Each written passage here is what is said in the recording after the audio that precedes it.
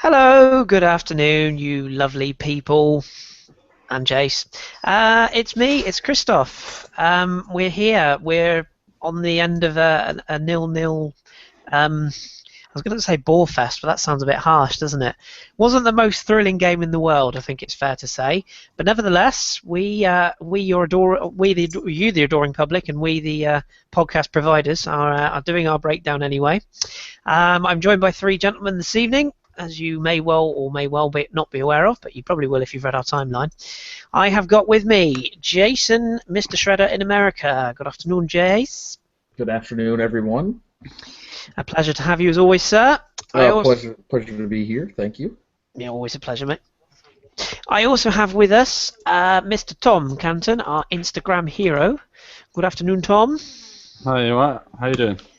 Yeah, I'm all right, mate. I'm all right. I've just taken the matchsticks out of my eyes, so it's all good.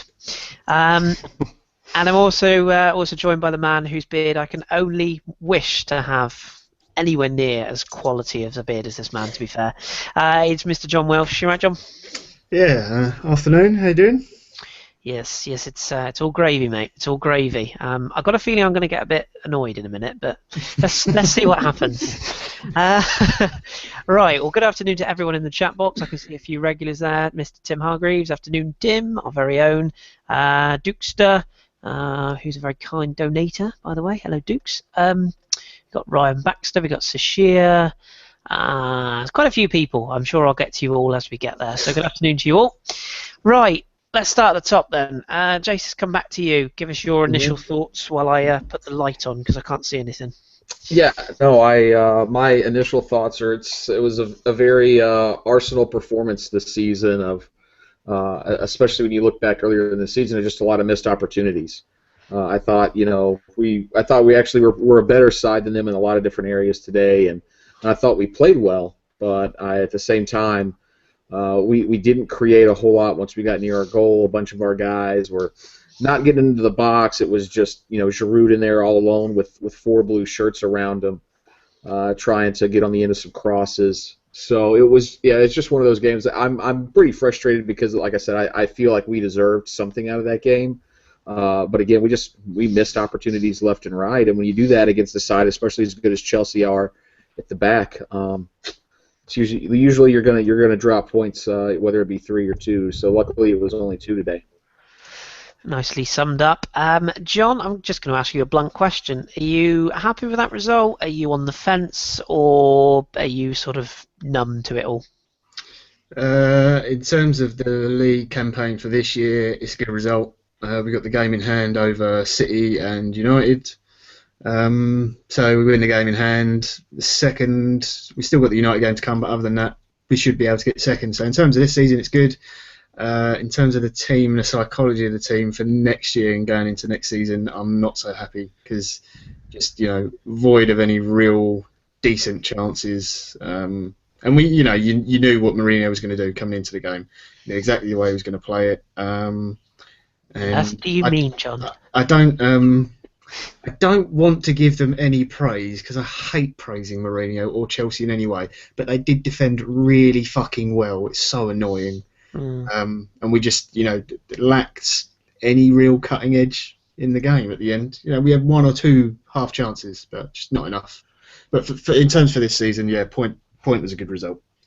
Fair enough. And Tom, do you think that, obviously based on what John said there, taking aside the result, performance-wise, are you sort of happy? Are you sad? Are you sort of in the middle? Is there a middle ground to have on that one? It's probably the most enjoyable Arsenal-Chelsea game I've watched for quite a long time. Because I felt that we could have won it, but at the same time we could have lost it with the amount of penalty weird thing that happened. And so the first half was quite enjoyable. We were like, there was lots of chances for both teams and lots of shouts for Chelsea penalties. And then the second half, the energy just dropped completely, and it just seemed to just get a bit lackadaisical. And it wasn't until the last 10 minutes we really started to try and push for it. And we could have won in the last minute with that cross from Monreal, but it wasn't to be. So yeah, it is a bit one of those. we'll cover some of the incidents. I'm going to be fairly chat box happy this afternoon because I want to get thoughts from what people have to say, and we'll sort of respond accordingly. So do get involved in the chat box and chuck us some questions. Jace, let's go over some of the penalty incidents. The first one, Christ, I've got to try and put them in order. The first one, some chatty little fuck threw himself to the floor, I seem to remember. Was that the first one? First one was the first one was the Ospina, Ospina. Yeah. Okay, let's do them in order then. Let's pretend we're professional. So the Ospina one then. John, I'll let you have the other one. Ospina, Jace, what did you make of that? Because I personally didn't think it was. I think I'm alone in this. No, I do think it was. People said it was sort of soft. If you saw where Oscar's jaw got rocked by Ospina's head, and let's not act like Oscar is one of the strongest guys in the league anyway. So yeah, when he went down, I thought he was knocked out at first, the way his hands sort of stuck in the air, and then he started to get up. And then he eventually did go into the hospital eventually for a concussion. So I think if that type of play happened anywhere else on the pitch, it would have been an automatic foul. If not some sort of a card. So I think it should have been a penalty. Not so sure it should have been a card because it was a 50-50 ball. But I truly believe that if another player had done something similar to that, it would have resulted. If that would have been in the box and it was a defender doing that, it was no doubt a penalty. And that's actually on our broadcast. Lee Dixon was our color commentator, and that's what he was saying was that if that's a defender doing that on a striker instead of a goalkeeper, it's probably at least a yellow card and a penalty. So I think it was a penalty. I was scared at first when I saw it because I thought, oh, here we go again. We're gonna give them open shots at goal without them having to really earn anything. And luckily, I was surprised that Michael Oliver is an idiot because he didn't get it. So let's applaud the man for that this once. Yeah, for me, in my book, it should have been a penalty. So I think we got away with one there. Okay. Yeah. I just for the record, I don't know. Maybe I suppose I'm a bit biased, but I just thought watching it back in slow motion, it appeared that Oscar got to the ball and was able to quote unquote get a shot away. Granted, it wasn't a very good shot, but he got to the ball first and looped it over. Maybe I've got my Sunday League head on, but in Sunday League that's not even a foul. So I'm just, maybe I'm a bit biased, but I wasn't convinced. Nor was Thierry, interestingly enough. I'm sure he wasn't biased, honest. John, let's talk about Zorro and his amazing falling act. Yeah, more on him later. Yes, there was contact. I don't think that's in question. But for me, these penalties are given sometimes they're not. For me, if a player is clearly trying to get out of the way, as Sonny Cazorla was very clearly trying to do, that's not a challenge. Surely that's not a penalty, is it? No, I think that whole word contact needs to be removed from when talking about fouls anyway. It's a contact sport. I mean, exactly. It really annoys me. It's like you can't touch a player anymore. Breathe on them and they fall over, instant foul. It's fucking ridiculous. I mean, serious. The amount of times I just wanted to walk on a pitch and just not even punch one of the players, just slap them in the face. Seriously, be a man at some point in your life. But no, I mean, I don't know why Cazorla stuck his leg up like that. That was stupid, because if you do that, you're asking the ref to give a penalty away. But he pulled it out in time. Fabregas is already going down. So, no, it's a die for me. If the thing that annoys me in that situation is if you see... Sanchez is a prime example. If that sort of tackle or attempt of a tackle gets made and the player pulls his leg away, he keeps running to try and get the ball and tries to stay on his feet. Walcott's been a bit guilty of it. Some Arsenal fans sometimes have said, oh, why didn't he go down and go for the dive and you can win the penalty? If he stays on his feet there, Fabregas, he gets into the box and he's in a good position, he can pull the ball back across. Maybe actually make a chance. So, it winds me up, The only thing that pleased me during that game really was just Coquelin just storming into him a couple of times and putting him flat on his arse. Yeah, the one in particular.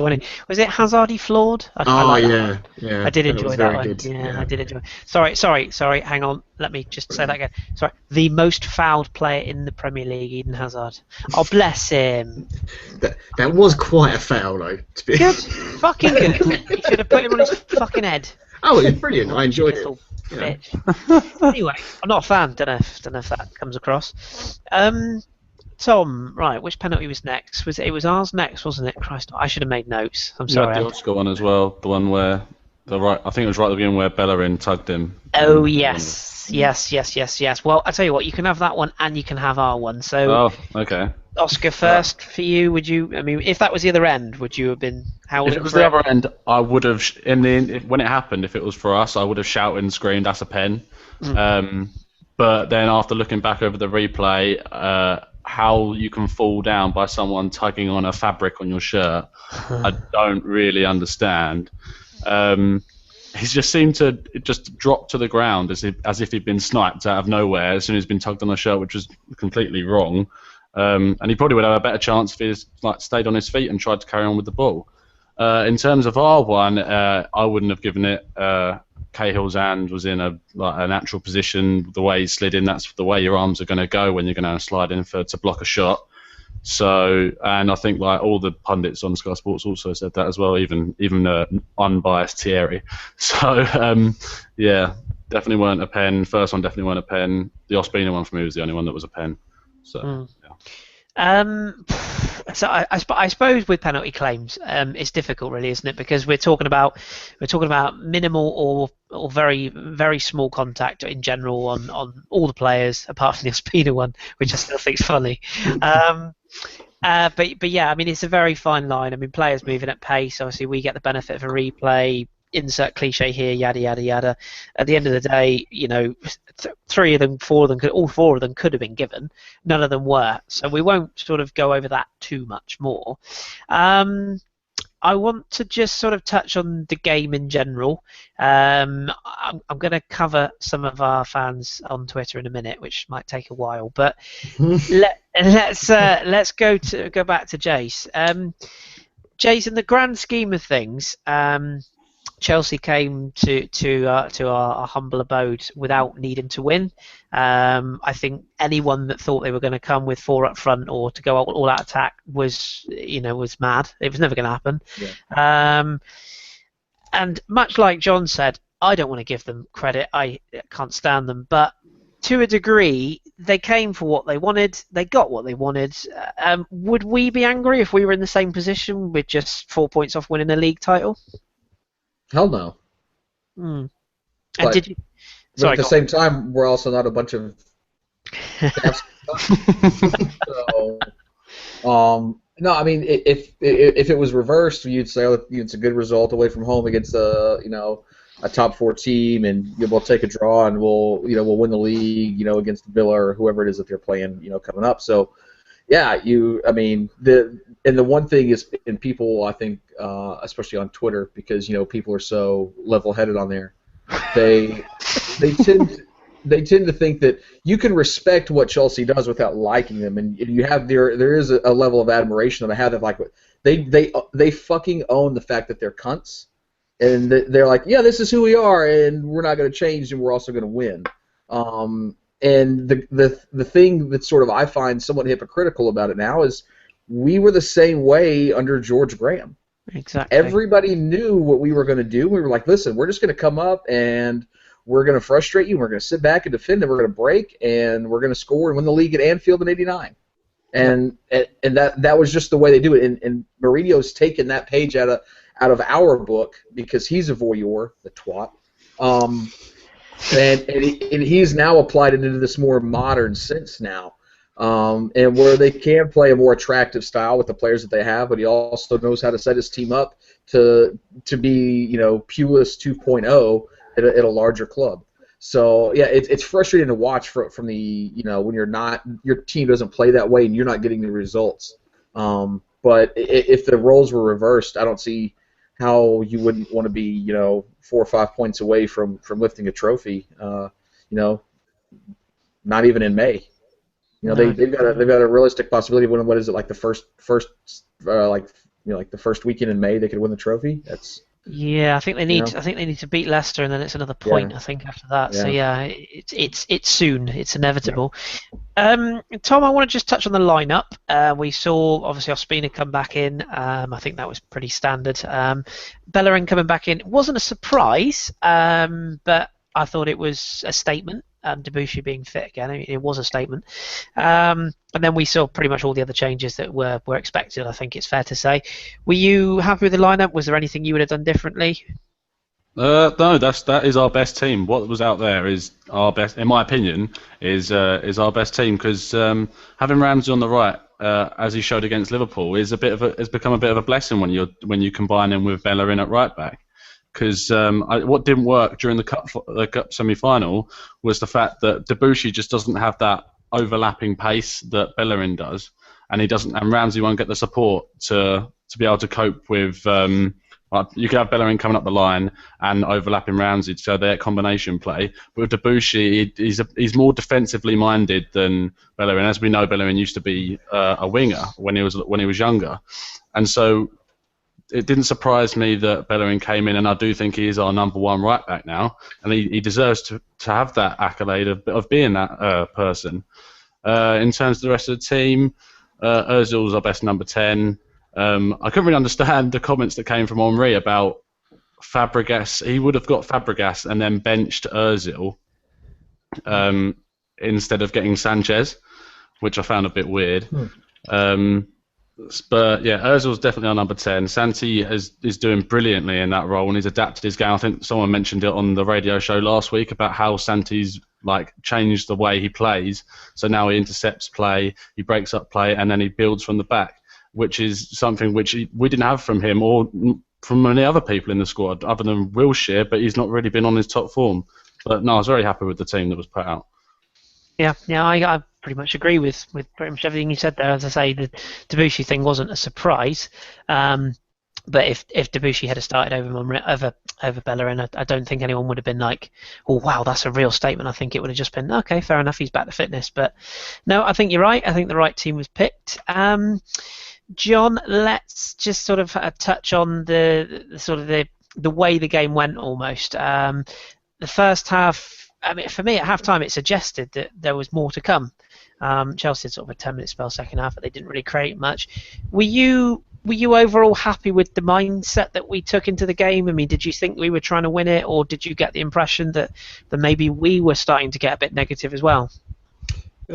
First half, I was fairly happy because they weren't going balls out to try and win the game and blitz it in 10 minutes, which was fine. They were pressing as a team high up the pitch when they were in the right position to do it, rather than one player chasing down, things like that. And they were sitting back when they had to. So first half, I thought, get to half time. If it's 0-0, that's okay, no problem. But when we came out second half, we did seem a lot more negative. The mindset did seem to switch. It almost looked like, oh, okay, actually a draw wouldn't be necessarily a bad result. But then obviously as the game rolled on in the second half, then it sort of became, we're sitting back now, but we can spring the counter. So I don't know, maybe that was a tactical thing to sort of soak up pressure for the first 20 minutes of the second half, something like that, and then start pushing forwards more when they bring in say when they brought on Welbeck and players like that, But yeah, the second half that did disappoint me, the way we approached it and the way we came out second half. I know Chelsea changed their setup slightly, obviously, because they brought Drogba on, but I just thought we could have had more of the ball, and we didn't chase down as much. We sat back a little bit too deep. Yeah, fair point. Jace, I know you had a question from one of our regulars, Mr. Tim Hargraves. What was the question? Yes.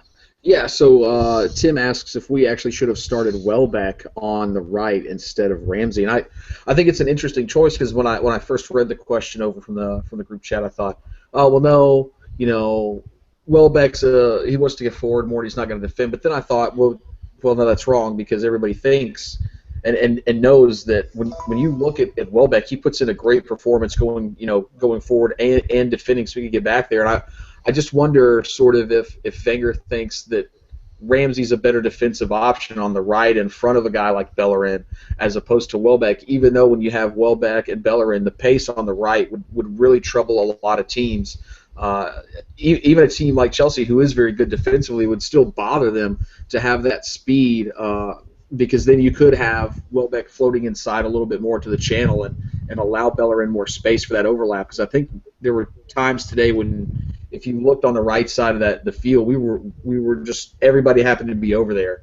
Ramsey didn't really move inside that much. He wanted to stay positionally sound, but that didn't allow Bellerin to really use his pace a lot to get forward. And then you saw him staying back oftentimes, and instead of going forward more, and was trying to be a little more disciplined. So I think possibly in the future, that's something I'd probably like to see, is if we could put Welbeck and Bellerin on that right-hand side, and see if we couldn't bother people with our pace that way, especially since we know, Welbeck is probably going to put in a little bit more of a shift defensively than say someone like a Walcott would, who's traditionally started in that position.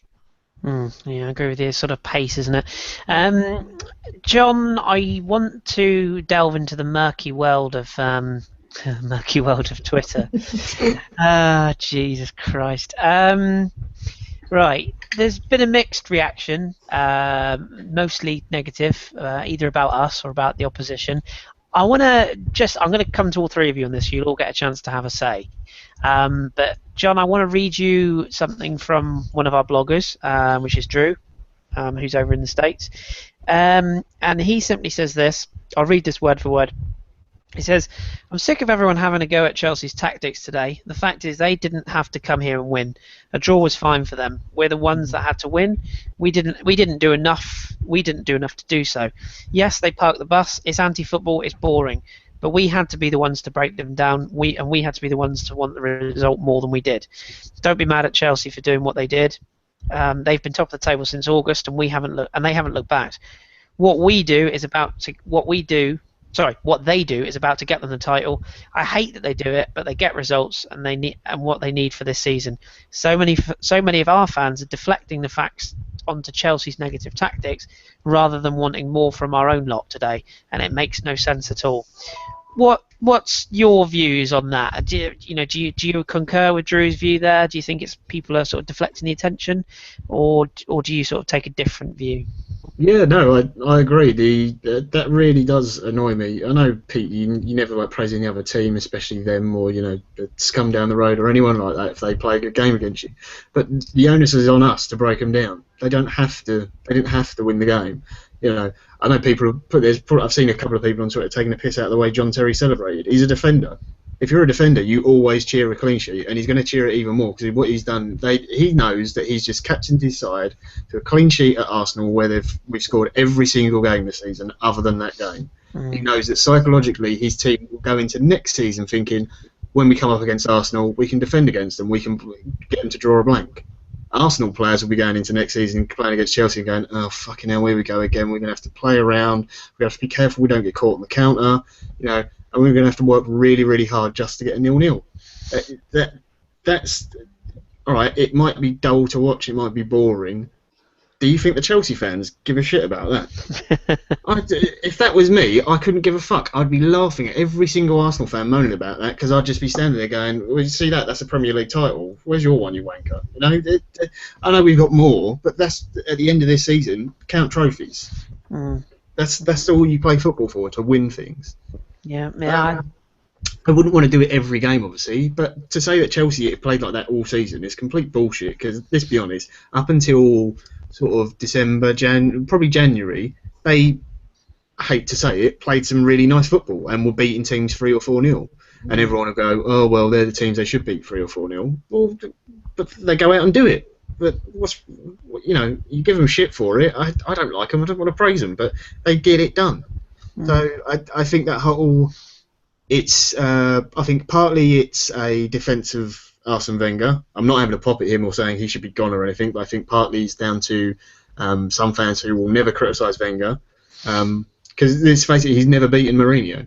And it's not like, after the first time you play Mourinho, when you're with Arsene Wenger, you know exactly every time how he's going to play. Every season, Mourinho goes in and he will go, right, if we can win at home against Arsenal and draw away. That's all he wants. And he'll do that against all the top sides. Is 3 points at home, draw away, we win the league. No, I Sorry, I really fucking no, no, annoyed no, when people no. do that. It was good. It's good stuff. I mean, you're passionate about it, and for what you said, I think you're spot on. A couple of key things you mentioned there. I'm very much in favour. I hate. I'm going to quote our good pal Dom on this one. When people say to me, "Are you Wenger in, are you Wenger out?" I just want to stab them. I'm an Arsenal fan. I don't give a toss whether you're Wenger in, whether you're Wenger. To me, it's just it's bullshit. I will support. I don't care if Harry Hill manages Arsenal. I probably would actually. It'll probably be a nightmare. But you take my point. It's you want the best for your club, and it doesn't matter whether it's Arsene Wenger or whether it's one of us four. I think that he's the best man for the job right now, and I think he'll be the best man for the job until Carlo Ancelotti walks away from Real Madrid. It's my personal opinion, and that doesn't mean, before everyone jumps on me, that doesn't mean that I want him out if Carlo gets sacked in the summer. I'm just saying that for me, Ancelotti is the only man I would like to see replace him. And I'm sorry about that, Jurgen Klopp, but that's just the way I feel. And I think it's very, very easy for people to, exactly your point there, the defence mechanism, jumping all over it and just sort of, let's criticise the opposition. I mean, to say there and say that John Terry is a cunt is not a newsflash. It's not. The guy is an epic bellend of bellendery proportions. It's not news, and exactly what you said. He's not going to go home tonight and go, oh, you know what, everyone's slagging me off. Do you think the man doesn't have a soul for a start? So it's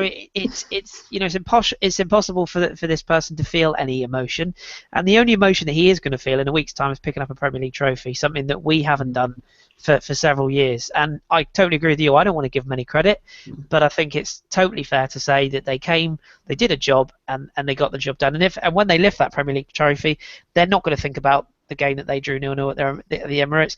They're not even going to think about the game that they lost to Bradford in the FA Cup. They're going to think about the trophy in their hands. Same way as we aren't going to think about who remembers the terrible cup semi-final against Wigan last year. Nobody gives a shit, do they? Because we won the cup. So it's ridiculous. Tom, before I lose my shit, what's your view on the general reaction that you've seen from people on sort of social media? And I don't want to make this social media central, but there's been a lot of talk. Particularly if you can just talk to us a little bit about what you've seen about Giroud, about this need for a striker. All of a sudden, we've been fine for 8 games, but all of a sudden now, because we couldn't score today, suddenly we need 14 strikers in. What's your view on that? I think they're very naive in some ways, that they look at our history, which something that Chelsea don't have, and they look back and they see the Invincibles and they see the title-winning sides and they say, why aren't we still doing that? And why isn't our team? Why don't we have an Omri and a Pires and a Bergkamp? And the fact is, in this modern era of football, the game's changed and it's a lot different. And when you see people tweeting about Giroud not being good enough, and it's like, we need something different. We don't need something different. We just need to have consistency in the club. And we need to have consistency in our play.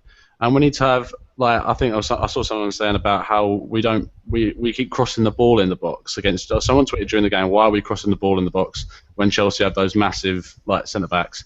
And on one side, I can see the point. Like, Terry and Cahill are going to clear everything. But at the end of the day, if they've got a world-class defensive midfielder like Matic, who's going to cut out every single pass through the middle, or what else you're supposed to do? You can play all you like around the edge of the box, but if you're not getting any shots in, you're not going to score. So that was our real chance. And you have to argue that our best chance came from a cross that was from Monreal in the last 2 minutes of the match. And that was our best chance of scoring the whole game, and we didn't take it. But the fact that people are jumping on the bandwagon of get Wenger out, get Giroud out, get Ozil out whenever he's playing bad is just annoying. And they need to accept that football isn't going to be perfect, and you're going to lose games, you're going to draw games. But I'm happy with the result at the end of the day. I won second. There was never any realistic chance we were going to win the title.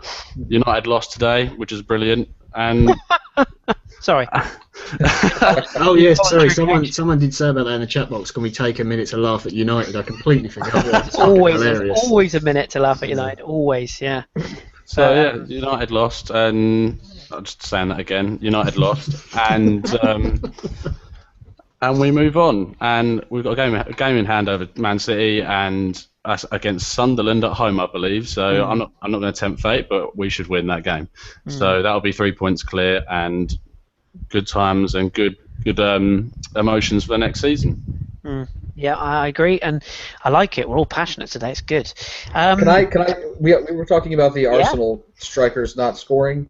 How many goals did the Chelsea strikers score today? Oh, but that's not relevant, Jace, is it? I mean, was it Chelsea at the beginning of the year that had like 5 games where their strikers didn't score a single goal? Like all their goals came from their midfield or something. Does my memory? So it's not always about strikers scoring effing goals. The reason we weren't getting onto the end of crosses as well, even on the second ball after it was headed out, is because all of our players were standing around the box, and Chelsea could put 4 people on Giroud.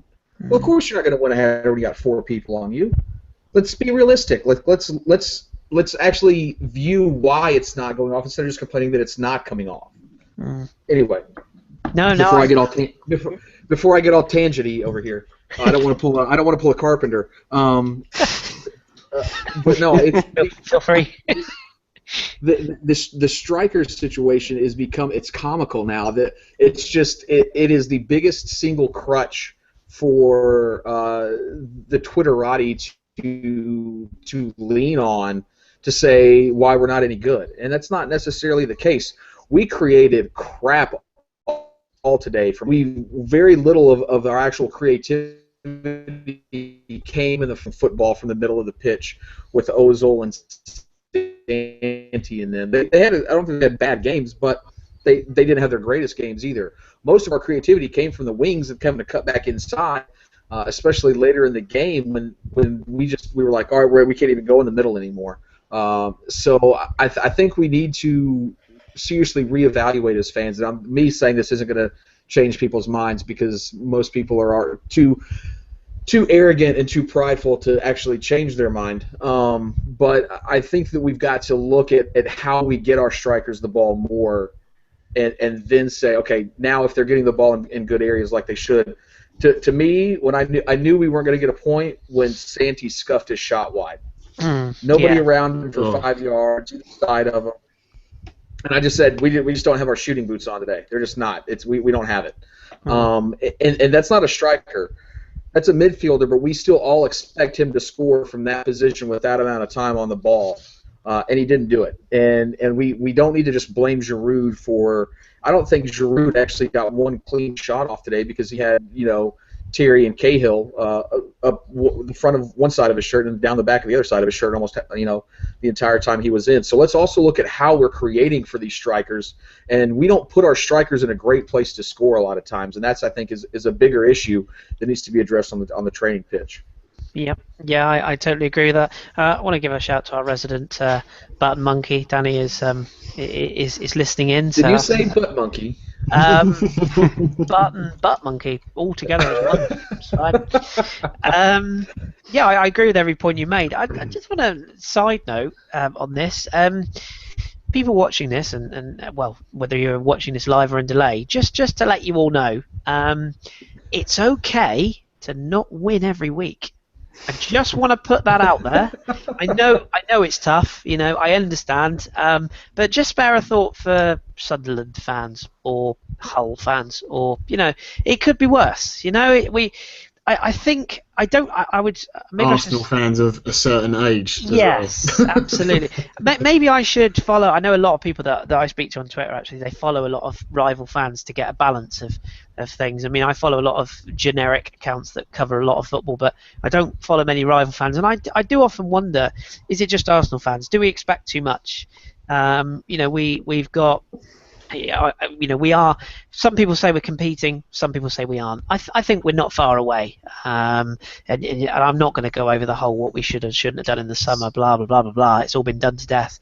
But we've drawn at home to the team that are going to win the league, and there's a good chance that we're going to finish runners up now. And if we do win the FA Cup, is that a bad season? I think people just need to maybe take a step back and go. We've won 8 games in a row. 8 games.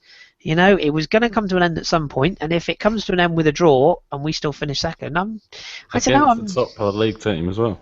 Exactly Yeah. that. So I think sometimes people just need to maybe just take a step back, just take a deep breath, put the keyboard to the side for a second, and I know we live in a world where everyone reacts instantly and it's tough, but I think maybe just a bit of realism.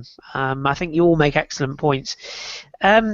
John, I want to just touch on this sort of race for second, if you like. It makes a change for race for fourth. We've covered today. I don't know if you all noticed, but United lost today. I know. That's good, isn't it? So, and by the way, Manchester City were very lucky because they should have. Joe Hart should have been sent off, and Benteke should have made it 3-2. So just put that out there. But you're right. Tom made the point earlier on. We got the game in hand. I said a few weeks ago I'd like us to be in a position where we can go to Old Trafford and lose 33-0 and still not care. Do you concur, or do you still think that we need to? Do you still think we need to go to Old Trafford with the view if we need to win that game? Again, in the terms of this season, I'd be more than happy going to Old Trafford and taking a point. We've got the game in hand on City. I don't know what City's fixture list is like. I'll find it for you, if you can have a look. But I know ours, other than the United game, I think ours is fairly easy. I know our next game is Hull away. Is it Monday? Yeah, Monday week, yeah. Yeah, Monday week, Hull away, which they're still, I think they won the other day, didn't they? So they should be safe. Tricky Yeah. game. Yeah, they won this weekend, so it should be okay, so they should be safe. But, realistically, you should be going there. We've got, 8 days till that game. Plenty of time to, in case you've got any little knocks or anything, to nurse anyone through today's game. So we should go and win that. It's only the United one, so I'd be happy with a point at United. I'd rather win, obviously.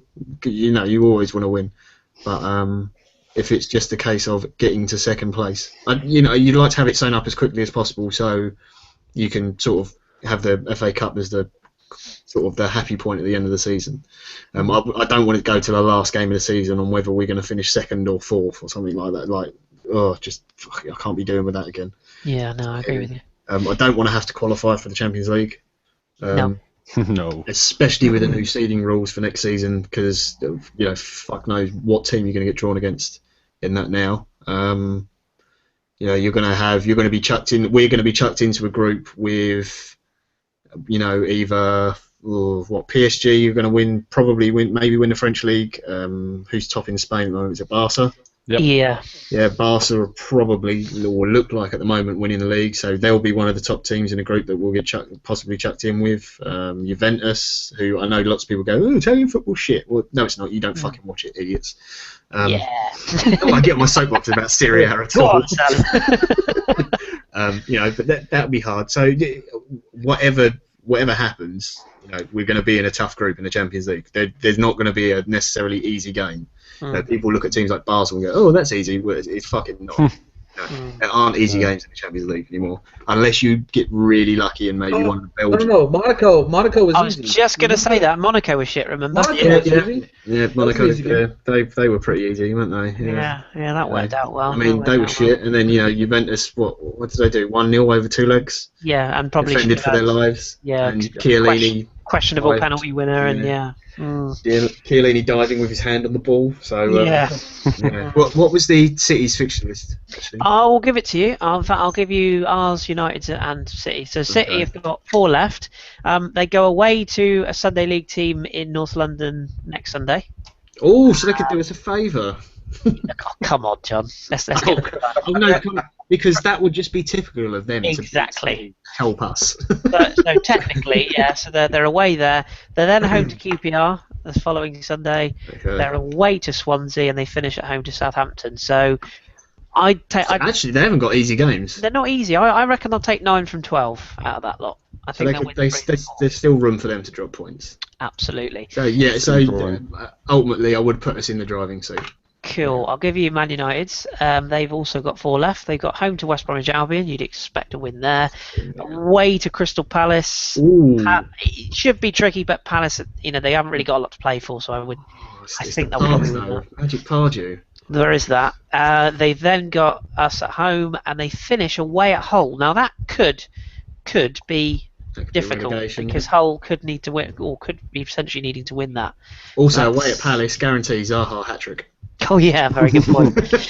And then just for anyone that doesn't know, our final 5 fixtures are Hull away Monday week, Swansea at home, Manchester United away, Sunderland at home, West Brom at home. Now, realistically, those 3 home games, I mean, it's never easy, but they should be winners. Really, we should be winning those 3 home games, shouldn't we? So then I say that even if we take a point away at Hull, which we should go there and win, but let's just say we take a point and we lose to United and still win those other 3 games. I think I'm right in saying that would be enough anyway, wasn't it? Yeah. So, it comes down to attitude now, doesn't it? We got to keep switched on. The good thing is with this FA Cup final coming up, we don't want to drop momentum. And we're also not players secure, play for their so- places as well Yeah. in the team. Absolutely, yeah, absolutely. Final. And you want that, you want Yeah. players trying to perform at the top level to get into the cup final team. So, I'm fairly confident we'll end up second. I won't put any money on it, but Just quickly, we have been asked about the Champions League seeding. yeah, go for it. If anyone wants, do you want to have a stab at it for next season? I have no idea. To be honest. If you've got it to your hand, then feel free. I think I'm right in saying that second automatically qualifies, and there's now there's a top seed box, isn't there? Yeah. So the team. Yes. So basically, it's sort of like how the old competition used to run. That the winners of the top 7 leagues go automatically into pot 1, along with the winner of the Champions League. Right. But if say Barca won the Champions League and Madrid finished second in La Liga, then I think Madrid get it, the other spot in pot 1. Yeah. If, however, that's the other way round, then it will go to PSV. Will be the last team in pot 1. Because Holland is the one tier. Oh, sorry. Yeah, it's the one tier below. So so it'll be Spain, England, Germany, Italy, Russia. Portugal, and France are the top 7 leagues. I don't know about you guys, but I find it strange that Portugal and Russia are ahead of Holland. Well, Porto got further than us. Yeah, fair point. Yeah. I just sort of looking as a whole, I would say that. Rubbing the salt in the wounds for all of us. I would say the Eredivisie is a bit strong. Well, I suppose it's much for muchness, really, isn't it? Well, that's interesting. Like you say, I mean, no games are easy, and let's deal with next season when we get there, shall we? Let's qualify, and then we can worry about it. I will say one thing though, and please, no transfers today, guys. Please, I'm sick to death of it. But what I would say is it will potentially make our shopping a bit easier if we do qualify second and we already know we're done.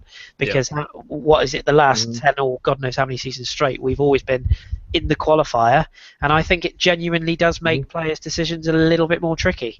If we were competing with, let's say, Manchester City for Alexis Sanchez's signature last summer, would we necessarily have got him ahead of, like we did Liverpool, where we were more likely to qualify than they were? I'm not so sure. So, if there is anything in that, maybe it's a good thing that we could automatically qualify. Yeah, you definitely want to move quicker in the transfer market. I mean, you see the rumours about United already basically near enough sealing up the deal for Gundogan and players like that. So I know it's all talk at the moment, but the quicker it's done, I'd rather sort of it's June, end of June. Oh, we've signed all our players, brilliant, pre-season. And then you haven't got to sit there and watch transfer and read all the papers every day. Oh, the misery. Even though we will, and for that matter as well, it's not just business in. I think we need to get the business out done early as well, so we're not, because sometimes it's a question of moving players out before you bring them in. So, so every Arsenal fan, big up Podolski on Twitter to any Turkish football clubs. Oh God, they like a bargain. We've got a very important question from the box, the comment box. That's a brilliant segue, Jace. Go on. Thanks. No, it's extremely relevant to the conversation. Some bloke named Danny the _GFP has asked, should we shoot more? Well, I mean, that's a tough one. To be honest, I think that's probably one for Gimli's return to the pod, I think, because, I mean, that is one that's going to require some serious analysis, so I don't think we're in any position to answer that. I'm certainly not qualified to answer that. I'm not either.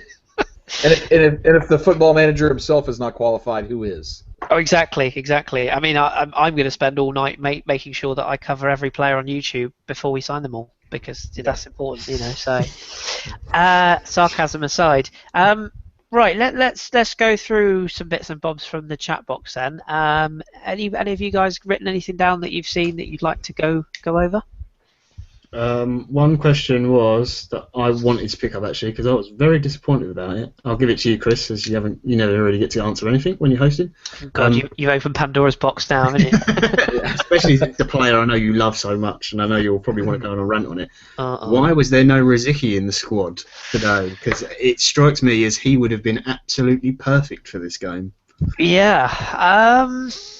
Yeah, that And is. he's disappeared completely. He has. I've got a theory on this, I've got a theory on this, and it hasn't got anything to do with certain substances. Yeah. Yeah, that's not on the record, by the way. Well, it is, but yeah.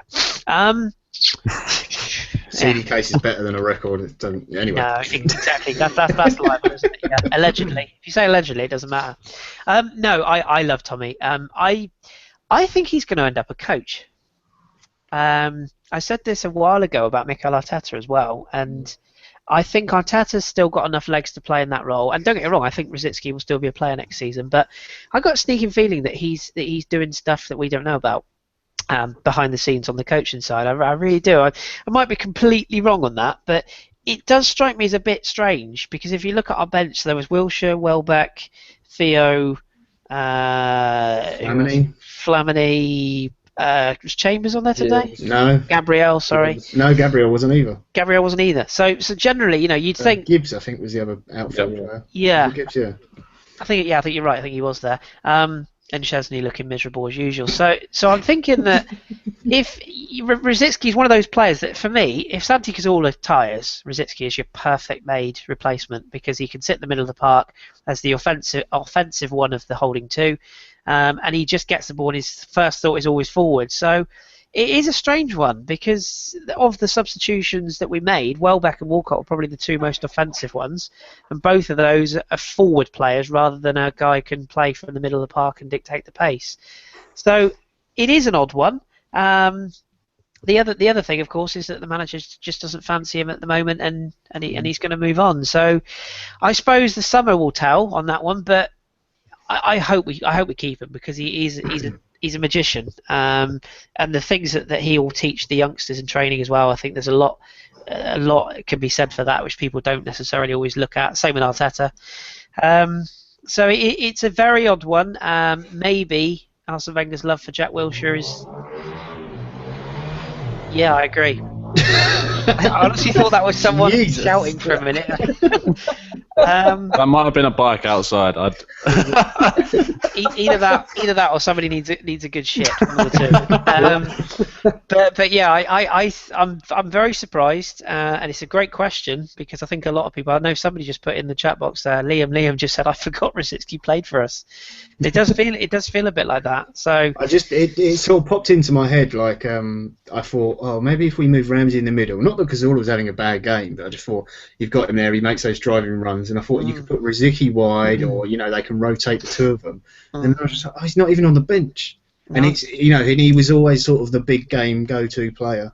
Or even move Santi wide and you bring Rosicky in central. I mean, it's an option. And for the record, if I hear one more person say that Aaron Ramsey's not a winger, I will throw my TV and everything else out the door. He doesn't play as a fucking winger. Like, yes, I was listening to Gareth on the girls' pod the other night, and he was making this exact point. And he was spot on. Sky Sports can't just make a graphic of all of our players in the middle like that because it'll look a bit silly. All right, they put him on the right because it looks symmetrical and it looks pretty for their graphics. He's not an orthodox right player. Yes, he's out of position slightly. We all know that. But if you actually watch the game, pretty much all of our 4-5 forward players rotate. So it's so simple to say he's not a right midfielder. Anyway, anyone else got? Tom, have you got anything? You've been quiet for a while. What have you got there? I did. I haven't got anything from the chat box, but I did put in our little hangout chat about could we either go over the Sanchez versus Hazard debate or the PFA Team of the Year? We can certainly have that. Yes. Or you kick us off. Well, Hazard Sanchez.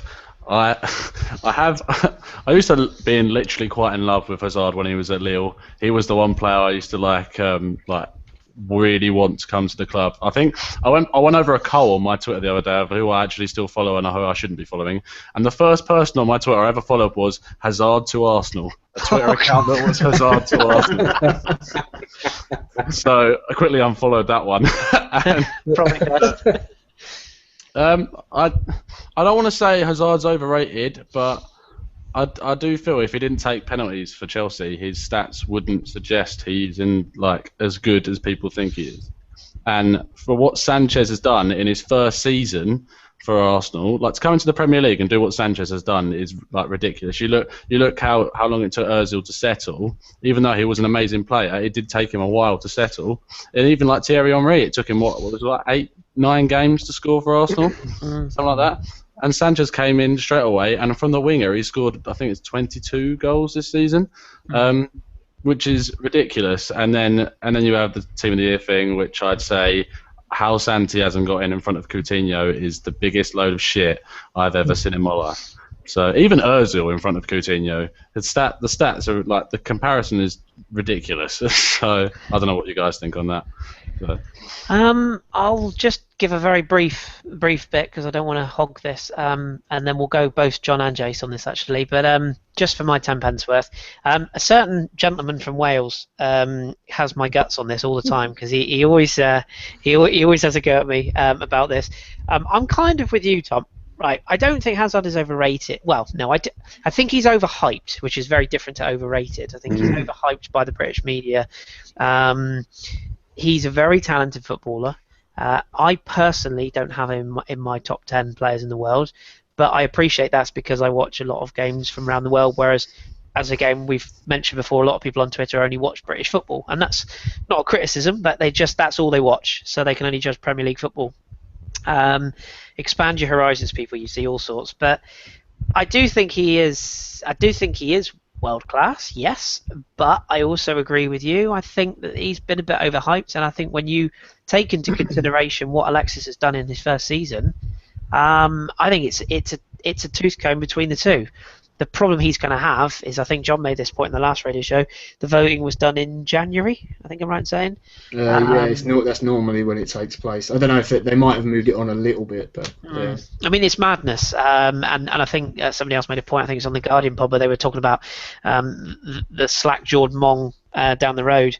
Apparently that Mong mania only kicked off in sort of February, so they reckon that he won't, end up as player of the year. If he does, there's something very fishy going on. But I think the British public and media are very quick to jump on a player and dub him as the next coming of God when he's just a very, very high quality footballer. And I'm just not sure. If you gave me the choice between Hazard and Alexis, I would take Alexis every time. So that's my 10 pence worth. John, what do you reckon on the sort of cut between the two, and any other thoughts on the PFA awards? Like you said, I'm pretty sure it's January. At least it used to be when the votes were done. And it's the captain of the team does the vote. Some teams don't actually, or some players don't vote, I think was one of the stories I heard. And if you don't vote, then you can't be in the vote to be selected. It's one of the weird sort of rules of it. And I've also heard journalists say that they've seen players fill out 30 forms, PFA Player of the Year award forms, and just hand them in, and they've just gone, yeah, that's fine, and not checked to see who's actually filling them in. So it's a bit dodgy anyway. But it's done on how you experience it as a player. So I think I saw John Terry's one. He had Koscielny in his team of the year. And they asked him questions about some of the players he picked. He picked Sadio Mane because at that time Southampton were playing really well, and Mane was one of the players that Chelsea really struggled to play against. So that's how they make their selections. They're always going to pick English players. Generally, always try and pick other English players for the young player of the year and things like that. Anyway, just because they're English people are massively xenophobic, apparently. I don't know why. Or do you know what English footballers are, anyway? Yeah, it's true. A sweeping generalisation about them. But yeah, Hazard and Sanchez, they're different players. I know they both play sort of nominally wide left, but they're not the same kind of player. So I don't know how you compare them. It's like when people say, two of my favourite ever players both played for Juventus, Zidane and Nedved. Nedved came in to replace Zidane, but they're totally different players. They're both awesome footballers, I loved watching both of them, but they're not the same players. So you can't do those sort of comparisons. If I had to pick one for the team, well, yeah, I'd have Sanchez because I know he works. If someone said to me, "Do you want Hazard in your team?" I wouldn't say no. Fucking hell, what do you think? I'm an idiot? I mean, he's a brilliant footballer. I don't like him because he plays for Chelsea. Yeah. I thought it was awesome. He clearly hasn't got much of a brain though, because he thinks Gervinho is one of the best footballers he's ever played with. So he's got the whole footballer is a bit stupid thing. Yeah. But yeah, I've got the team of the year up here. It's got so you got De Gea in goal, which I thought was pretty much spot on. It's mostly Chelsea players: Matic, Cahill, Terry Ivanovic, Hazard, Costa. So I wouldn't have Cahill, but go on. Oh, yeah, I'm not sure I'd have Cahill. I'd probably had Font from Southampton, to be honest. They've got Bertrand at left back, which is fair enough. They've got Coutinho. I don't get that. Sanchez, Hazard, Matic, Kane, and Costa. So there's not a huge amount I disagree with the team. I wouldn't have Coutinho, and I probably wouldn't have Cahill, but yeah, it's not far off. No, it's not far off. It's a fair point. I mean, where Falcao is, I mean, that's staggering. I'm in one of those moods. I'm mischievous today. Jace, do you... we've kind of covered it. I mean, by all means, give us your thoughts on the Hazard-Costa debate as well. But just to add a further question to it, if this vote was done a month later, 2 months later, would Francis Coquelin get in that Young Player of the Year award, if not be winning it? I doubt it. Just because he wasn't really here for the full year. You know, I mean, he really only had been playing. He's been playing for Arsenal for like 3 months, 4 months, something like that. Came back in January. So I don't think. And I personally, why would put him in there for? Because I think you need to have like a full season to truly be considered for the awards. My issue that I sort of truly have is if you're voting in January, why the fuck does it take so long to count the damn votes? Because we're British. Sorry, we're English. I don't want to offend April, almost May, and I don't understand why they can't just because we do the same thing in our league in the NASL, and like the vote is taken like right before the last game of the year. It's so if the North American Soccer League can count their votes quicker, then why can't the PFA count their votes a little quicker? Because you're going to get those decisions just like John was saying, where excuse me, you've got John Terry who just came off a tough game with Southampton. Goes, man, he was really hard to play against. He's going to my team. Whereas you can, that player could have a horrific March, April, and May and be awful, but now he's going to still be in the team, but he may have cost his team, 10 or 15 points through the course of the season now after that vote. So one, move the vote because that's sort of dumb. And then two, players are more biased than anybody else. Because you're going to vote for your favorite buddies. You're going to vote for guys on your team, guys that you've played with before that are on different teams now. It's a very tight-knit, and you want to talk about xenophobes. Players are the biggest xenophobes. They only like other players, and they only like other players that they know and that they get along with, and that's who they're going to typically try to vote for if it's realistic. Obviously, you're not going to get somebody voting for like a, I don't know. You're not going to get somebody voting for Gervinho when Gervinho started like 4 games. But at the same time, in terms of the Sanchez, Hazard, or I think the Coutinho thing and the team of the year, I think is a little ludicrous. He's a good player, but I don't think he's had that great of a season overall. There was a time that he didn't even start like a handful of games early in the year. Like somebody was getting selected in front of him, which just sort of goes to show you the timing of everything again. And Hazard I rate higher than Kris does, but not as high as a lot of other people do. I really like the player. People talk about scoring from the spot. It's just padding your goals. Well, when Arteta has 6 goals and 5 of them in the year from the spot, we don't say, oh yeah, but only 5 of them were from the spot. So I think we have a little bias there.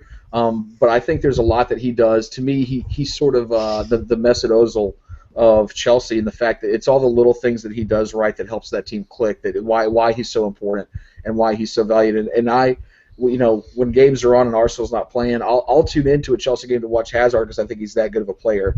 I despise the team that he's on and the coach that he plays for, and I hope that he realizes that Mourinho is anti-football and decides to go somewhere else, because I would much rather see him playing not for the team down the road in South London. So I think he's good. Again, they're very different players, so it's hard to compare. It's sort of, apples to tomatoes, which are very similar.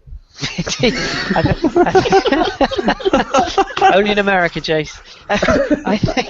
I think he says with an American flag behind him. I think we can all agree we're very lucky to have Alexis Sanchez. I wouldn't swap him for anyone.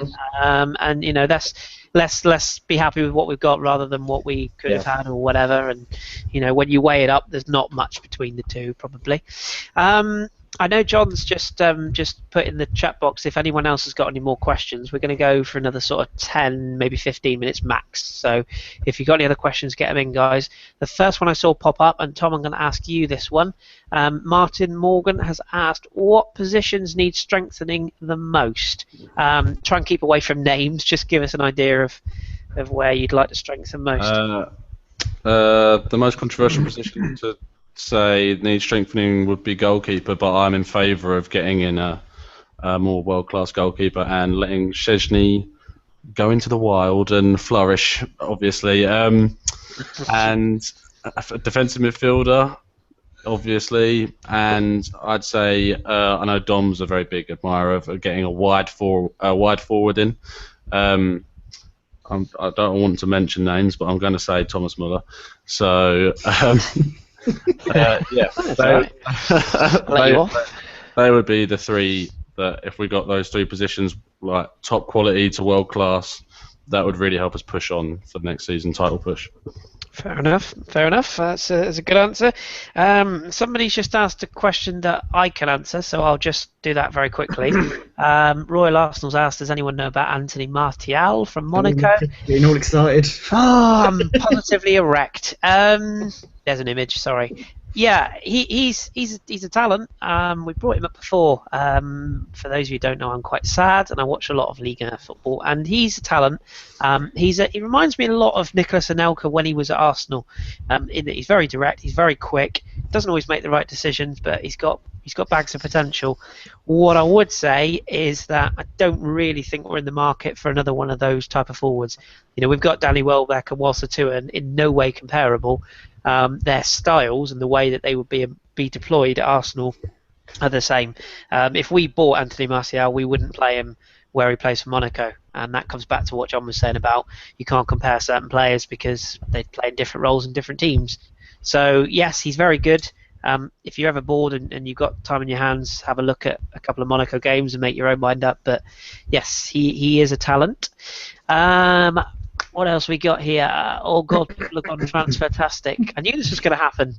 I blame God. Ever since Tom mentioned this, I can't look away now without I always see his transfers. I know a few people are talking names. Guys, think of something else. Talk about something else. Anything else you want to bring up? Should we shoot more? Should we shoot more? Yeah. I'd actually say yes, we should shoot more, especially in that game that we all just watched, because it was really fucking annoying. Yes, it was. Yeah. Unless you're Santi Cazorla, of course. It's dead ball you can shoot, but in open play, don't ever do that again. That was horrible. I would have substituted him just for that. God bless Santi. God bless him. I bet Welsh Jason was doing his fucking nut when he missed that chance. Oh, Jace, the famous Santi hater. No, he doesn't hate him really, but he always seems to be the one that's critical of him. Anybody else want to bring anything up just while we're waiting for people to think of anything other than transfers? There was... where's it gone? Oh, yeah, here we go. One about the game. Should we have bought on Jack instead of Theo? That's a good question. Answer that one for us, John, if you will. Oh. I really don't know. I think I probably would have given it a go, just because we'd already brought on Welbeck, hadn't we? Welbeck was the sub. Yeah. I know Welbeck isn't as quick as Walcott, but it's essentially you've got a pacey player to run in behind. You bring on two, then Chelsea's just going to sit even deeper, so there's going to be even less space. So at that point in the game, they're sitting deep. If you've got one to run in behind you, there's no point bringing on two. I just don't think it's going to work. And Jack is the sort of player who can open up a defence. I think we did miss that a little bit. It's what Santi used to give when he was higher up the pitch, and I know his role's changed now, so he doesn't get to do it as much. and obviously Ozil can do that, but Ozil's not the sort of player who'll run with the ball and then lay it off. He'll get the ball, he'll know where he's going to pass it, and he just does the pass. I know he can run with it and he can dribble, and he's got that ability, but it's something that Jack does bring. As much as he's kind of annoyed me a little bit I know he's been unlucky with injuries, obviously, but he has disappointed me with his form when he has played, and I still think he should be ahead of where he is now in terms of his development. But I think that would have definitely given us a chance, a better chance maybe of scoring a goal and opening up. And Danny's actually put in the chat box that he's saying that playing Ramsey is not working, and that Theo should be played more there. Not sure I'm with you, Danny, but I take your point. I would have rather had Welbeck there than Walcott. Yes, yeah, I'm kind of with you there. Yeah, I think you're right. I totally agree. I've got a good question for Jace actually. Jace, I hope I'm going to pronounce this gentleman's name right, because it looks to me like it's a French name, but it could be wrong. But Jordan Borcher, I'm going to go with Borcher. If I'm wrong, Jordan, I'm very sorry. It's probably like Borchert. Anywho, Jordan, you've definitely insulted him now, Kris. I have, haven't I? Big Jordan. Sorry, mate. I'm going to ask you a question though, so I can't be good at everything. Jace, Jordan asks thoughts on Big Stan Kroenke. He says, would it have been better if Usmanos had taken over, as he's a fan of Arsenal and Stan Kroenke isn't? Well, first thing to say is, isn't Elisha Usmanov a Man United fan from memory? Isn't that true? No clue. I'm sure. I'm not up to date on my Russian oil billionaires. Well, then Jace, you're sacked. Get your coat. He's not even Russian. However, what you are well versed in is that Mr. Kroenke is one of your own, so to speak, yes. And he's not particularly liked in the US, is he? Depends on where you go. He's, as a sports team owner, he's got teams in very smaller, and not very, but in smaller markets. Obviously, the closest market to London in the U.S. would be like Los Angeles, which he's trying to get a team moved to right now, or New York. Both of his teams are in Denver and St. Louis, both populations of just a couple million. So the structure of everything set up here is very different, obviously. He's trying to sort of Americanize his ownership style of Arsenal, which obviously, if you're from England, you're going to say that that's bullshit, because it's a local team, and the way that the soccer clubs traditionally came up through history. It's very tough to see them being pulled away from the local communities like they are. The issue is, it's not just happened at Arsenal. It's every major club now is really starting to almost sort of cut the roots of their trees down now, and having that local club and going to a more global type of business model. Because that's as much as it sucks to say that's what you need. Bless you. Thank you. That is what you need if you're going to compete and try to win trophies on the biggest stage like we want. You don't have to completely go away from it though. Stan Kroenke over here depends on where you go. Depends on if they say that they like him. If you ask a bunch of like St. Louis Rams fans of the NFL, they're not his biggest fan. Denver Nuggets fans have come close to winning and have been a decent basketball team in the NBA for a few years. I want to say he also owns a stake in the Colorado Avalanche, I believe. And then, of course, in the Rapids. And Rapids have had some success recently.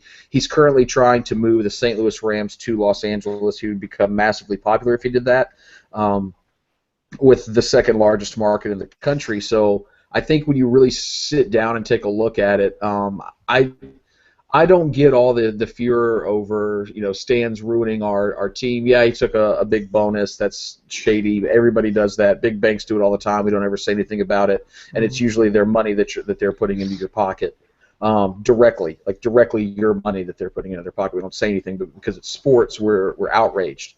At the same point, he is growing and developing our brand a little bit better.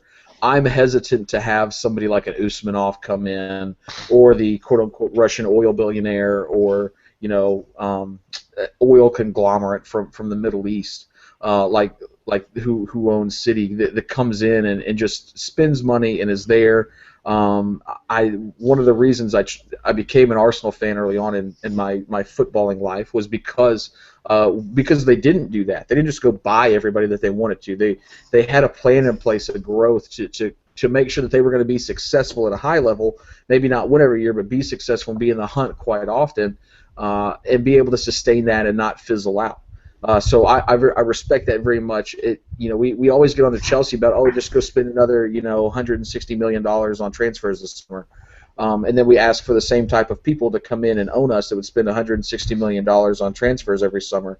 So we're a little hypocritical in that aspect, and I think there are obviously things that Stan Kroenke can do that would win over fans a lot better. Some more transparency and openness. Lowering ticket prices, things like that, or at least freezing ticket prices for a significant portion of time, just because we are getting such an influx of money from TV revenues, not only in England with the Sky deal now, but throughout the world now. You're going to get another almost, I think, $1 to £1.5 billion in TV deals coming all over the world. I put in the WhatsApp group 10% of all of that goes to each team in the Premier League. 10% of that should be set aside for away fan travel and young local supporters to attend games. Give those tickets out at schools and make sure that your fans can go and have a good day away at Aston Villa and not have to spend an arm and a leg. So I think there are different ways that they can go about it. It's just anytime you're going to get somebody with a little bit of money, they're just going to want to make more, and Stan's got a lot of money. He just wants to make a lot more. So I would be hesitant to say, let's go get another investor who's just going to pump money into the club.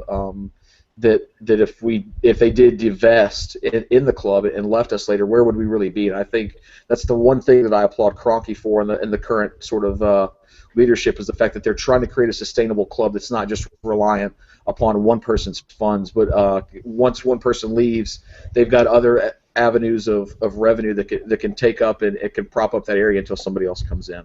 That was long-winded, and I apologize. No. I genuinely found myself just taking that in. That's good stuff, mate. That's very good. In fact, I'll probably listen to all of that twice just to take it in a second time. But no, it's very good, mate. Very good stuff. Jordan, by the way, is correcting me. It's Burkert. It's a German name, so apologies, Jordan. Also, I was going to say something on that. Yes, if anyone fancies a giggle, or indeed they're just bored, just pop onto Danny's timeline and ask him what he thinks of Gazidis and Kroenke, and then just sit back, get yourself some popcorn, and just enjoy. And he will tell you exactly what he thinks. And for the record, I'm like that. I'm not. Kroenke, I think he does things wrong, but I think he does things right. I'm actually a fan of Gazidis to a certain degree. I think some of the stuff he's done for us has actually been very positive, and I don't think he's actually got some of the credit he probably deserves for that. Granted that there's probably a few things he could have done better, but in truth, I could have got out of bed better this morning. So, it's one of those things, isn't it? I don't think anyone will ever be truly happy, and full stop on anything. There'll always be people that will moan. So, it's the way it is. I'm going to start to draw a line into things now. So I'm sure we all have lives, and I'm amazed we've managed to eke out an hour and a quarter out of that game watching it back. Got some quick fire yes or no questions. Oh, brilliant Very way to quickly. finish. Yeah, go for it, John. Yeah. Danny said, should we sign Luca Toni? He scored 2 goals against us. Oh, just so I can have a little bit of fun, yes. Love him. Okay, quick one. I'll give a quick one for everyone. Tom, should we sign Akin Fenwa for next season's Chelsea game just so he can beat up John Terry? I saw that one. I've actually had the pleasure of watching him play because he used to play for my local team and he's shit. So no, I wouldn't. And there was one last one. It is a transfer one. I'm sorry, Jason. Quick, Higuain, yay or no? Yay. Oh, Tom gave it a yay. Nay. No for Jason. Okay. Yeah, I'd go nay as well. Go and buy Gabby Udini instead. Oh yeah, you got a bit of a man crush on him, haven't you? No way. I was interested by that, John, because I thought you'd go yay Higuain, because weirdly I've come round on the idea, and I'll tell you why. Because it would be funny to get certain people saying it. Danny knows what I mean by that. Oh, Higuain. Higuain. But also, also it would be. I think he's. I think he'll get goals in the Premier League. You know, I don't know why. I think he's one of those. He'd score loads of goals, but he just would, annoys wouldn't the you? fuck out of me. I don't know why. Yeah. No, he's got one of those faces, hasn't he? Yeah. There's he no has. logical reason to it. I want to set fire to him, hit on him to put it out, and then set fire to him again. I don't know why. Here's one for you. You heard it here first. 26th of April, 2015. Next season, Liverpool managed by Rafa Benitez, and Higuain comes back with him. Oh no! He's going to City for a year. Nice big payout. Well, Yeah. so he can sit behind Boney on the bench and do nothing this season. Yeah, God bless Manchester City. That'll be interesting to see what they do in the summer. That's for sure. Okay. Any other business, anybody? Before I Oh, hello, Mr. Herlenfriend. Oh, Jeff, there he is. Look. Actually, I do. While Jeff is there, I want to give Jeff a public thank you. He's done some brilliant things for me recently, but he made a certificate for me the other night for my awards evening for the Pirates, and I want to give him a worldwide thank you. Jeff, you are a star. So thank you, Jeff. There was one question. Sorry, Chris, to interrupt go for it. again. It's actually specifically for you about your donations thing. I can't remember who asked it, so I'm sorry. I think it might have been Liam. Not sure. Okay. But it was any other way to donate other than PayPal. I assume it means your page. Yes, absolutely. Yeah. Yes, Liam. If you DM the Pirates Twitter account, and I will give you a way. We do have a bank account that you can pay directly into. It's just that some people find that a bit dodgy. But yeah, you're more than welcome to. In fact, we had a donation today from a gentleman in Australia. In fact, I'll give him a credit while I'm here because I'm nice like that. It's a gentleman called Rich Adams, and he sent us a very kind donation today as well. In fact, no, he's not in Australia. He's in Shropshire. Why do I think he's in Australia? Jesus. I'm only laughing because I do geography and that I find that really hilarious. No, saying that doesn't make any sense actually, because I'm sure he contacted me and said I couldn't do it. Shropshire's definitely in this country, Chris. It is definitely in this country. Yeah. Well, either way, that is assuming it was from Rich. If it was from Rich, I'm pretty sure it was, because he asked me if there was any other way other than PayPal. I did have an international donation from someone in Australia. That's probably where I'm getting confused. But yes, Rich, if that was your payment that I got this morning, thank you very much. You're a star. You're probably not listening to this, but if you are, thank you. So yes, Liam, to answer your question, if you drop me a DM on the Pirates Twitter account, if we're not following, in fact, anyone we're not following that wants to follow us, just follow us and I will follow you back, because I run that account as well. So you can abuse me on 2 different mediums. It's great fun. But yes, just drop me a DM and I'll send you some details, mate. No worries. And he's just put in the box, give me the sort code and account number and I'll do it. No worries, Liam. Just send me a tweet, Liam, because as much as I want to put my account details live on YouTube, I'd probably rather not bother. Just in case. So drop me a tweet, Liam, or send me a tweet on my personal account and I'll chuck them to you. Thank you in advance. Anybody else got anything? Tom, do you want to just talk to us quickly about your Instagram bits and bobs that you're doing at the moment? I was going to quickly Carl Walker. But Oh, no. Please, no. It would only end up in a dog's dinner. Oh, Jesus. Woof. Woof. Very good. The picture of John Terry dressed as a dog is brilliant, though. It is actually very good, yes. Yeah, it is. So Instagram, standard stuff. I'm sure everyone's bored of me saying it by now. But if you've been to the game or you like taking photos of your TV, and I'm not judging you. Only your TV. Only your TV. Not other things. We don't want other things. No. Yeah, so check for reflections first. If you've posted anything on Instagram or even on Twitter, just put hashtag ABW Instagram, and I will be picking the best winner for Picture of the Week every Monday evening. Unless no one does, then I won't be doing it. No, you do an excellent job, mate. I know we shouted you on the podcast, but you're doing a fine job, so thank you for that. Jace, your boys drew, I know, last night. Do you want to just chuck the Twitter handle out for your Railhawks and anything else you want to just mention while you're there? Anybody you want to shout? No, check us, check the team out. If you go to, I'm not sure if the link works in the UK, but as you guys need to try it out, it's www.espn3.com. It's their online streaming thing. You can catch almost all of our games on there whenever you want to watch early in the morning. Over in the UK or wherever you are in the world. Carolina Railhawks is the team name. You can check us out on Twitter. It's at RailhawksFC. and that's it's good. Early in the season, it was only our 4th game. We're sliding in the table, currently 6th out of 12, but still only 3 points off the top, so it's not bad. Got some experienced players, but dealing with an injury bug that we have now that evidently people have got the hamstring flu because it's contagious. Hamstrings are just popping left and right. So, but no, it's a good time. Check us out and support us on, and hopefully for the fans that we do have that I know have asked for some kit to be sent over, we are setting up international shipping very soon. So you can get all your Railhawks kit if you want to be that obscure hipster that likes second division American football teams. We'll gladly be your team, and we'll gladly outfit you in some great kit.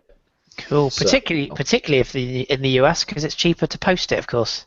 So yeah, do hit Jace up and do give them a watch. I have a couple of times. You can actually follow them. I'll give you a cheap plug here, Jace. You can actually follow your games on Bet365 as well. You can't watch them on there, but you can follow the live streaming because I have. So there you go. John, anything you want to plug? Anyone you want to shout to? Anything you want to bring up? I don't have any sporting enterprise or anything else to do with the OVW. Like Tom has the Instagram. I don't do anything else because I'm lazy. So might just shout out to everyone in the chat box who listens, everyone who interacts on Twitter. Make sure you send lots of pictures of spiders to Danny because it's the right time of the year now. So every time he sees a shadow, he will be shitting himself. And anyone who can get pictures of flip-flops with the word twat on, send them to Jason Daly. Other than that, no, not really. Just thank you all for listening. No worries. I've just quickly whipped through. I'm not going to go through them all individually, but follow our bloggers, follow the Bergie Bloggers account. Obviously, podcast, follow us. Podcast on Thursday. There's a rumour going around that Mr. Gimley is returning. We're still waiting for Sky Sports to confirm it, but we're confident, or he's certainly confident that hopefully he'll be back in the saddle this week. I know myself. He might be in prison by then. He was hunting someone with a drum earlier. Oh God, Yeah. that's a bit worrying. well, if he's not in prison, hopefully he'll be back. And our resident button monkey Danny will be on as well. I can't remember the lineup from memory, but it will be a good one as usual.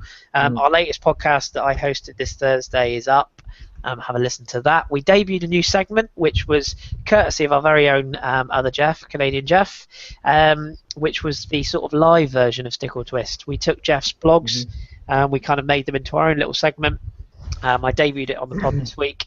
I'll have a chat to Gim and see if he wants to carry it on, but we do welcome your feedback. So if you did enjoy that segment, music or not music, do let us know, and we'll bring that back if it was popular. Also, Andy Moore, I will play you on FIFA when I get a chance, mate, but I'm one of these nightmare people that I keep saying yes I will, and then I'm never on. So I do apologise. I'm not ignoring you. I'm just really crap at it. I'm sorry. And the final thing as well is, as we've mentioned it already, but yeah, our Pirates page is live. The donations are coming in thick and fast, and as I said on the pod the other night, it's really, really good, and it's really kind of the people that donated. Some people have donated small amounts, some people have donated, I won't lie, very big amounts, and I really appreciate it, so thank you very much. The only other thing that I wanted to mention on Pirates Wise, we won 6-5 today. Yay! Winning streak. For anyone that doesn't know, that's 3 wins out of 4. And I noticed Davis still couldn't give me credit. He went, yeah, but they're friendlies. I was like, for fuck's sake. That's what I said. Can't get any fucking credit, can you? But yeah, we did win, so that was good. And we're thinking about, I say thinking, we're thinking about doing very short pirate pods, where I'm likely to grab some of these reprobates on today at one point or another. I know Danny wants to come on. I know Jace wants to come on and abuse me on a regular basis. Yes, exactly.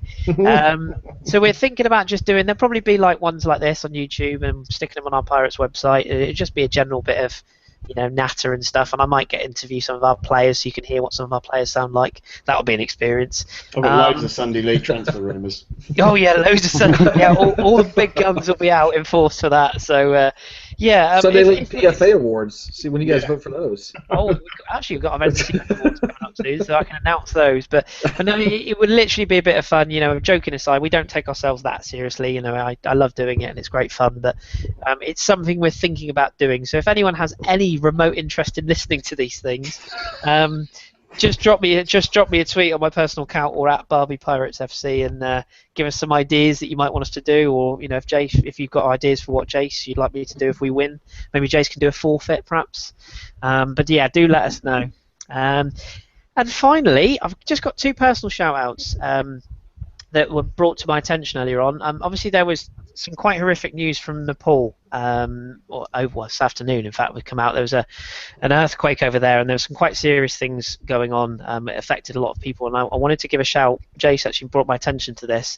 The Twitter handle of @Ashim888, and it's a guy called Ashim Lashihan. I think it's pronounced. He's one of Jace's Twitter mates. He's a Gooner from Nepal.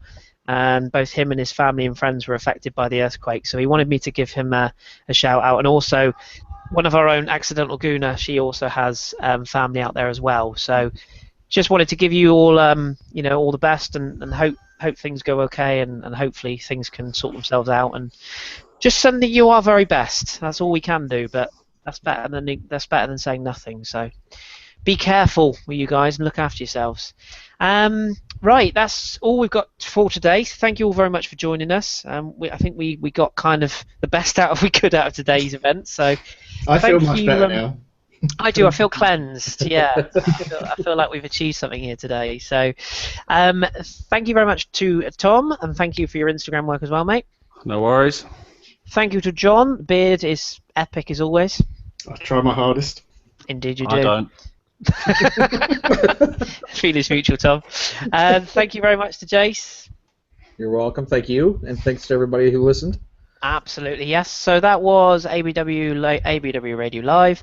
Thank you all very much for joining us. We will be back after the Hull game, which is Monday week. It will be a late one, so join us, and all the best to you all. We will speak to you all again soon. Thank you, guys. Bye. Bye.